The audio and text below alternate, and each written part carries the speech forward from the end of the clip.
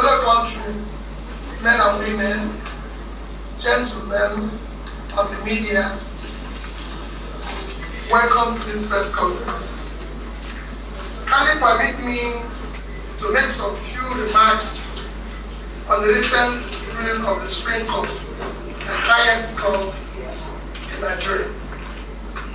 About a fortnight ago, I was traveling abroad on a brass-scheduled engagement when I received a notice of Supreme Court that they were delivering judgment on the 26th of October 2003 on our challenge of the ruling of the Presidential Election Petition Court.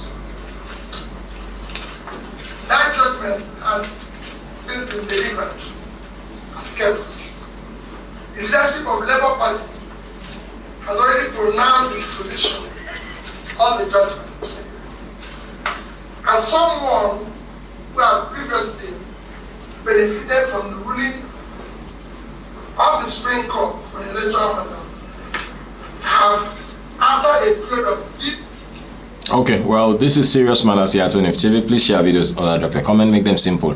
And so I'm sure most of you must have heard, or seen this particular broadcast, but I want us to talk about it on this particular page. I see with these broadcasts, I hope there will be some issues that will brew out of, Peter Obi's coming out. But then he's not the only one that's come out. I think Atiku has also come out to, to do a press, release and all of that. So I think it's not wrong that Obi is doing the same thing. But then I think what you now say or what they say, during the press now release now matters a great deal. Okay, let's listen to him. And sober reflection decided to personally and formally to react to the recent judgments as most Nigerians have. Because we are confronted with very weighty issues of national interest, I will speak forthrightly. As a young student lad at CKC Onitsha, we were taught value and admonished to always choose harder rights instead of easier wrong. Certain legal issues aside, the Supreme Court exhibited a disturbing aversion to public opinion, just as they abandoned its responsibility as court of law and policy. It is therefore with great dismay that I observe that the court's decision contradicts the overwhelming evidence of election rigging, false claim of technical glitch, substantial non-compliance to the rules set by INEC itself, as well as matters of perjury, identity theft, and forgery that has been brought to light in course of this election matter. These are hefty allegations that should not have been treated with levity. More apparently, the Supreme Court's judgment willfully condoned breaches of the Constitution relative to established qualifications and parameters for candidates in presidential elections.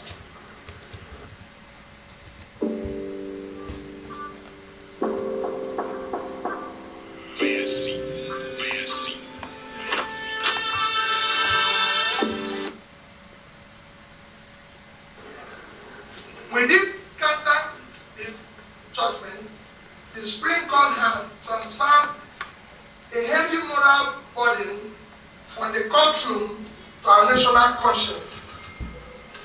Our young democracy is ultimately the main victim and casualty of the courtroom drama. Without equivocation, this judgment amounts to a breach of confidence of Nigerians have in our judiciary.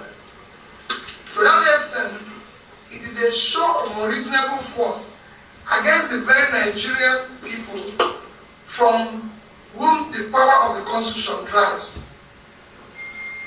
The Supreme Court's ruling may represent the state of the law in 2023, but not present demand for substantive justice.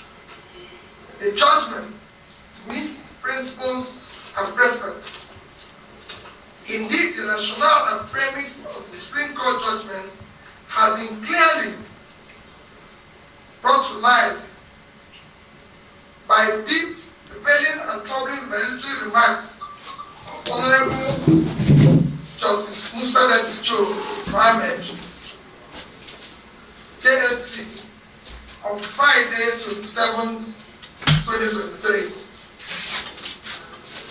In disagreeing very strongly with the ruling of both the Presidential Petition Court and the Supreme Court on the outcome of the 25th February presidential election, as declared by the Independent Electoral Commission, as Democrats who believe in the rule of law, we recognize that the Supreme Court is the end stage of our quest for legal closure on this matter. As a party and candidate, Daddy and I have now exhausted all legal and constitutional remedies available to us. However, this end is only another beginning of our quest for vindication of hope of the common man for a better Nigeria. After all, sovereignty belongs to the people, even for historical purposes. It belongs us to place our disagreement with and deep reservation about this judgment on public record. We have long been aware of how weak the national institutions have negatively affected our democracy. This year, 2023, has been quite remarkable and revealing. INEC displayed incompetence in the conduct of its statutory duties. The judiciary has largely acted in defiance of the constitutional tenets, precedents, and established ground rules. Political expediency has preceded judicial responsibility. A mechanical application of technicalities has preceded pursuit of justice and fairness. Both INEC and Supreme Court, as referees, respectively, shifted the goalposts in the middle of the game. Where the value and importance of INEC and recent Supreme Court ruling ends is where our commitment to a new Nigeria begins. Our mission has been more about anchoring a new Nigeria, and it remains unchanged. It is a nation where things will work, where the country will be led from its present waste and consumption orientation to a production-driven economy. Our commitment is to a nation anchored on principles of prudent management of resources, to quickly pull millions out of multidimensional poverty, ensuring transparency and accountability in a equitable distribution of opportunities, resources, privileges. In the new Nigeria, we aim to address our met needs by showing compassion for all those left behind by the present system. Going forward, we in Labour Party and the Obedient Movement are now effectively in opposition. We are glad that the nation has heard us loud and clear. We shall now expand the confines of our message of hope to the rest of the country. We will meet the people in their places where they feel pain and answer the needs for hope.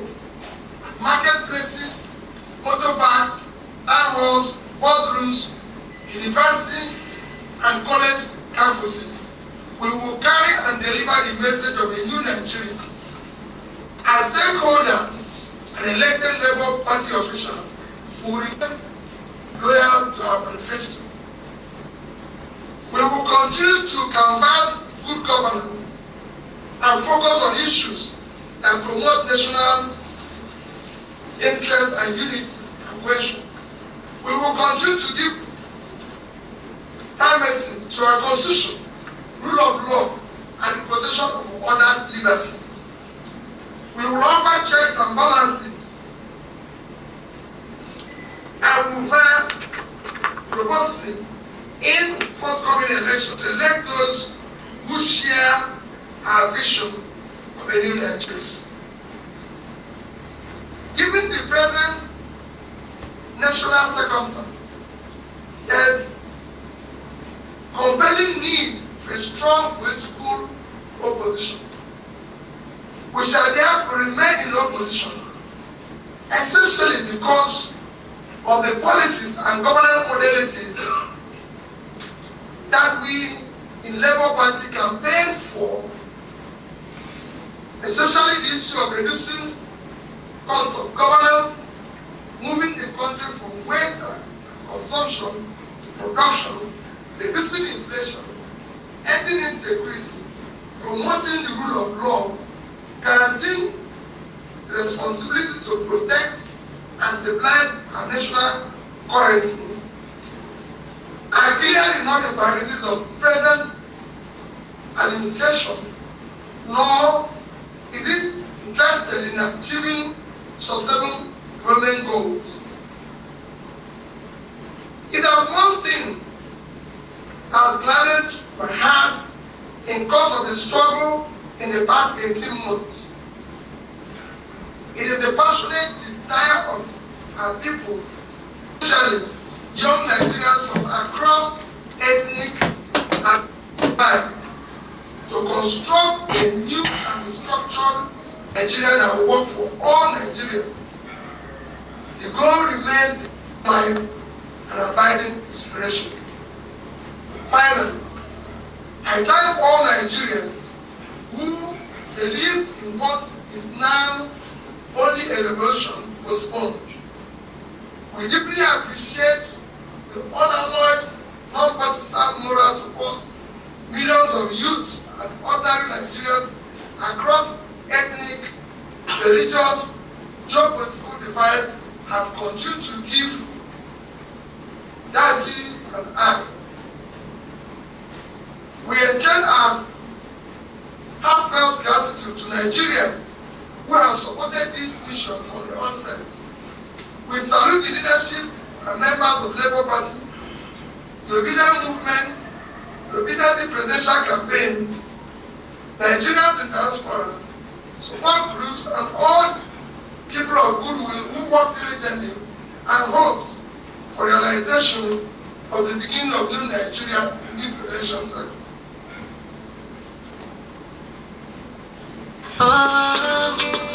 Okay. Well. Okay. Nigerians who supported our cause have done so out of patriotism and their sincere conviction that our nation requires and deserves dedicated and visionary leadership who will lead Nigeria toward a brighter future. The energy and dedication of Nigerian youth and obedient movement have been simply amazing.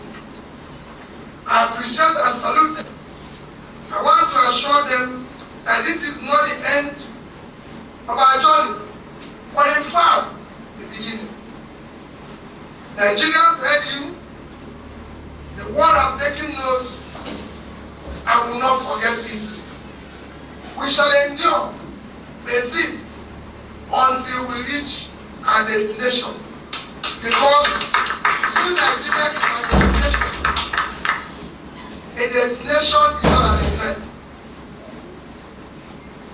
We thank in a special way our legal team. We also thank other statesmen whose wise counsel were immeasurable. To them, we wish to state unequivocally that this judicial outcome, an obvious misinterpretation of substantial justice, has by no means foreclosed realization of a new Nigeria that is possible. On personal note, I take pride and express gratitude to those who share our vision, who have exhibited great courage to challenge